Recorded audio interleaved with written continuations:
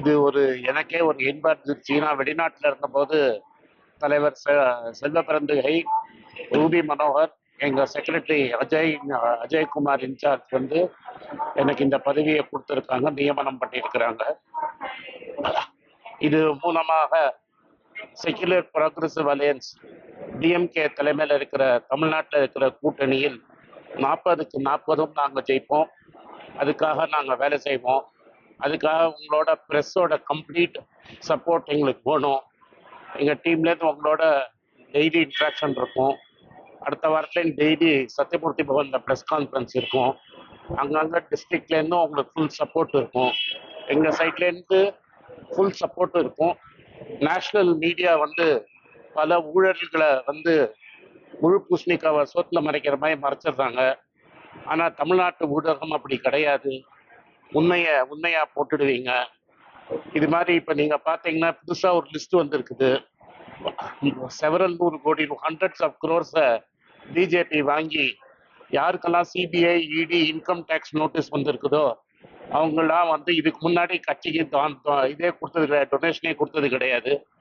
அவங்களுக்கு CP, EID notice வந்த உடனே அவங்க போய் கோடிக்கணக்கில் கொடுத்துருக்குறாங்க.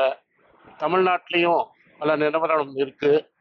இது நியூஸ் மினிட், நியூஸ் லாண்ட்ரிங்கிறது வந்து எக்ஸ்போஸ் பண்ணியிருக்காங்க.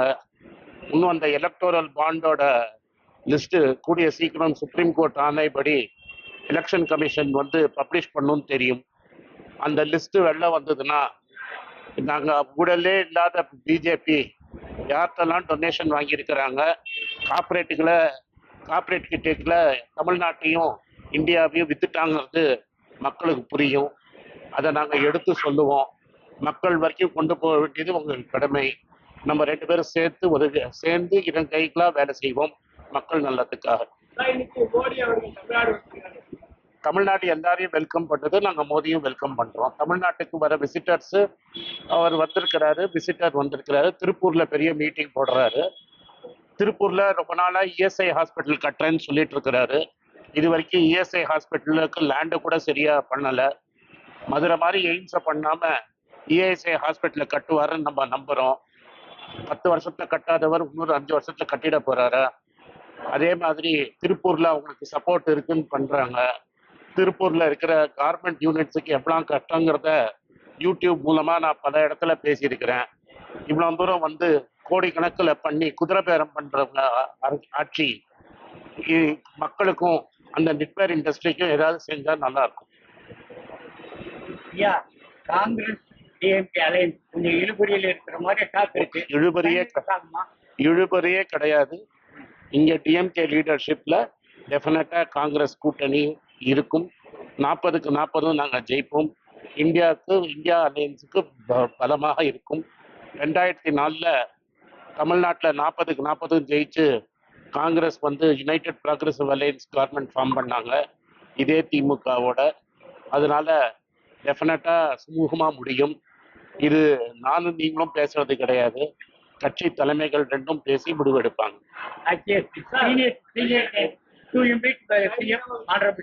சார், திமுக தலைவரை பாக்குறீங்களா? இன்னைக்கு அவர் பிஸியா இருப்பாரு, நாளைக்கு டெஃபினட்டா பார்ப்பேன்.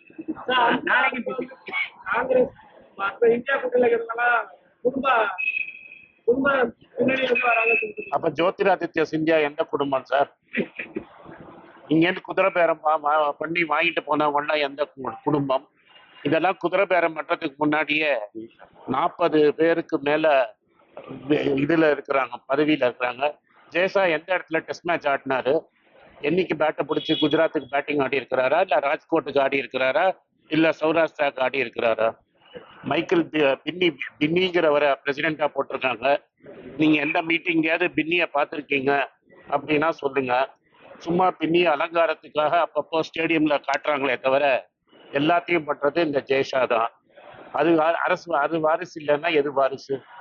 தகுதியே இல்லாத ஒருத்தரை போர்டு கவுன்சில் கிரிக்கெட்டுக்கு சீஃபா செக்ரட்டரியா போட்டிருக்கிறீங்க. அதே மாதிரி ஏஷியன் கவுன்சில்ல நார்மலா பிரசிடென்ட் தான் ரெப்ரசென்ட் பண்ணணும்.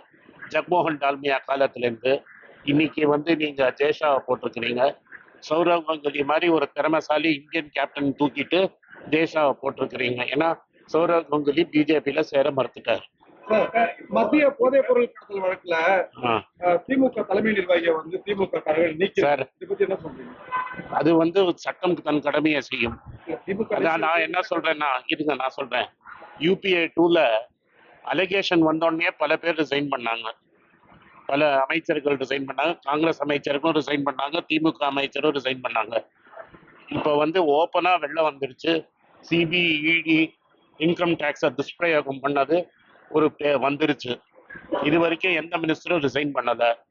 அதே மாதிரி எலக்டோரல் பாண்ட் ஜட்ஜ்மெண்ட் வந்து சுப்ரீம் கோர்ட் கொடுத்து 10 நாளைக்கு மேல ஆகுது. இது வரைக்கும் பிஜேபி அதை பத்தி ஏன் மௌனம் சாதிக்கிறாங்க? இது சாதாரண, இது நீங்க வந்து வழக்கு போட்டதுக்கே நாங்க ரத்து பண்ணிட்டோம். அங்க ஃபுல் பெஞ்ச் கான்ஸ்டியூஷனல் ஜட்ஜ் கொடுத்துட்டாங்க. நீங்க கான்ஸ்டியூஷனை துஷ்பிரயோகம் பண்ணீங்கன்னு கொடுத்துருக்குறாங்க.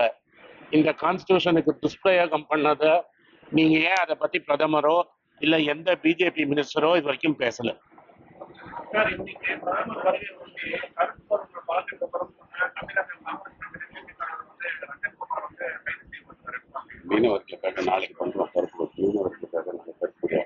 மீனவர்களுக்கு வந்து பிரச்சனை இருக்கு.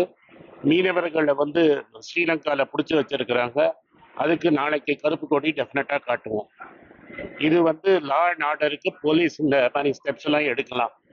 இதெல்லாம் நம்ம சீரியஸா எடுத்துக்க முடியாது. பாதகம் செய்பவரை கண்டால் நாம் பயங்கொள்ளலாகாது பாப்பா, மோதி மிதித்து விடு பாப்பா, அவர் முகத்தில் உமிழ்ந்து விடு பாப்பா. அண்மை செய்திகளை உடனுக்குடன் தெரிந்து கொள்ள இணைந்திருங்கள் இயம்நாடு தொலைக்காட்சியுடன்.